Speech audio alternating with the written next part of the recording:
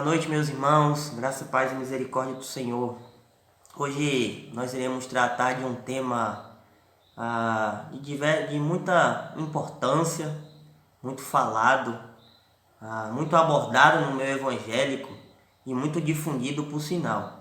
Mas gostaria que você abrisse sua Bíblia, lá em 1 João, capítulo 4, nós iremos ler do versículo 13 até o 16. Deixe sua Bíblia aberta e já nós leremos o texto juntos. Você mantenha a sua Bíblia aberta para que você esteja acompanhando tópico por tópico que nós iremos expor nessa devocional de hoje. Meus irmãos, nós já tratamos aqui de diversos temas. Nós já falamos sobre santidade, sobre amar os nossos irmãos, sobre amar o próximo, sobre vivermos uma vida prática no Evangelho. Nós já tratamos aqui de diversos temas e todos esses de extrema importância para a vida da igreja.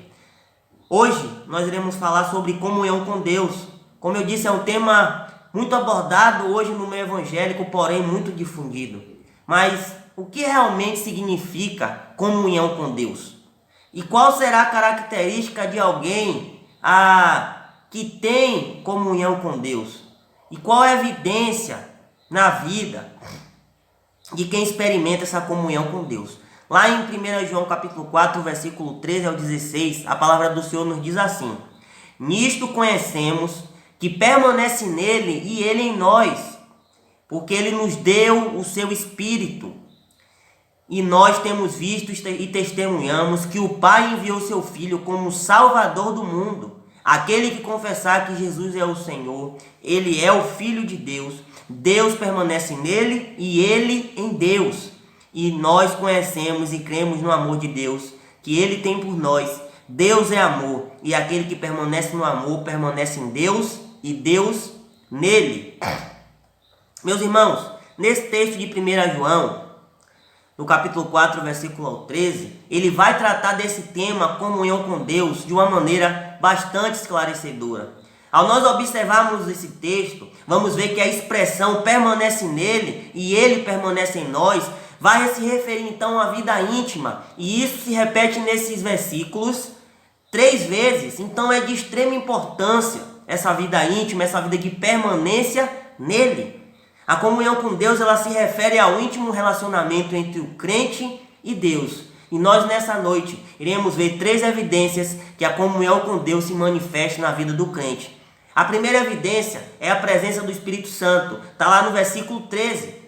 A ideia de permanecer em Deus e Ele em nós ressalta uma íntima comunhão que o crente estabelece então com Deus. O Espírito Santo é aqui apresentado como um presente dado por Deus, como uma dádiva gratuita dada por Deus. E essa presença do Espírito Santo em nossas vidas, ela é a maior evidência de que realmente temos comunhão com Deus.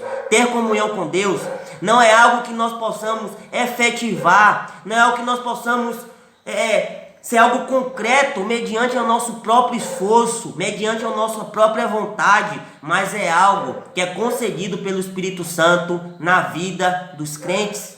A presença do Espírito Santo sempre irá produzir frutos na nossa vida. A comunhão com Deus, ela sempre é acompanhada por uma transformação. O processo que nós chamamos como santificação é uma transformação diária. O processo da santificação deve ser algo evidente em nossa vida, deve ser algo visível por todos em nossa vida. Não deve ser algo apenas que nós enxergamos, mas é algo que todos enxergam. Esse processo de transformação, esse processo de santificação constante na nossa vida. Então, a primeira evidência, a presença do Espírito Santo. A segunda evidência é o reconhecimento da pessoa de Cristo. Está lá no versículo 14 ao 15. A verdadeira comunhão com Deus produz no crente um entendimento correto, um entendimento certo de quem é Cristo. E nesses 2 versículos, o apóstolo então aponta 2 fatos acerca de Jesus que nós devemos manter como crença básica em nossa vida. Primeira é que Ele é o Filho de Deus. Nós confessamos publicamente, aqueles que são cristãos, aqueles que são crentes, confessam publicamente que Jesus, Ele é o Filho de Deus. E a segunda coisa, a segunda afirmação, e o segundo fato, é que Ele veio como Salvador do mundo. A obra salvífica de Jesus foi sim um fato histórico, porém, nós precisamos compreender que é sim um fato histórico, só que ele tem um verdadeiro significado redentivo nas nossas vidas. A obra salvífica de Cristo continua todos os dias a produzir seus efeitos em nós. Não é só no momento que você confessa publicamente que Jesus é o Senhor, que a sua vida é transformada, ali ponto e acabou. Não! É um processo todos os dias que vai ter efeitos constantes nas nossas vidas, transformações constantes. Crer em Cristo e amá-lo são provas de que o Espírito Santo ele está em ação constante nas nossas vidas.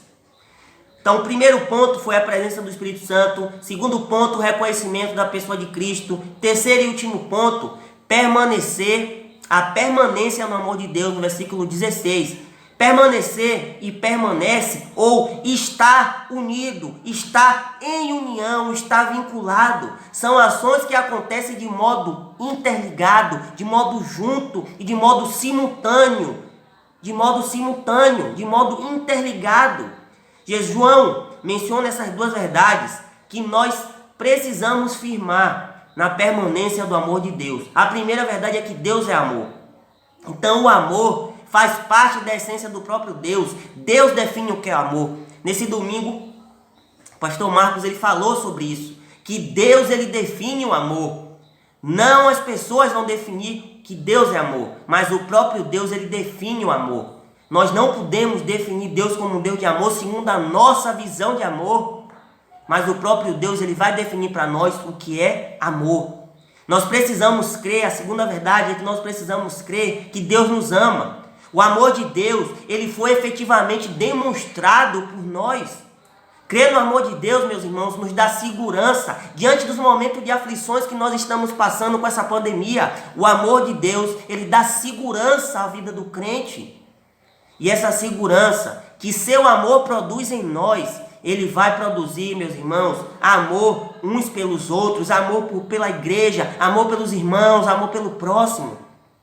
A convivência com Deus de amor produz em nós amor, tanto por Deus, quanto por aqueles que estão ao nosso redor. Vou repetir essa frase, grave ela. A convivência com o amor de Deus, a convivência constante, diária com o amor de Deus, produz em nós amor, tanto por Deus, como por aqueles que estão ao nosso redor, como pela igreja, como pelos nossos vizinhos, como pela nossa comunidade, quanto por todos que estão ao nosso redor. Para nós concluirmos, nesse livro, Serviço como Adoração, do Nate Palmer, eu já gosto bastante desse livro. Na página 65 ele vai dizer o seguinte: quando nos tornamos cristãos, entramos em comunhão com Deus. Uma união divina de três pessoas em um único Deus. Por meio do nosso relacionamento com Deus, também entraremos em comunhão com o povo de Deus. Precisamos ver que isso acontece necessariamente pela morte e ressurreição de Cristo. Deus criou um povo unido pelo seu sangue.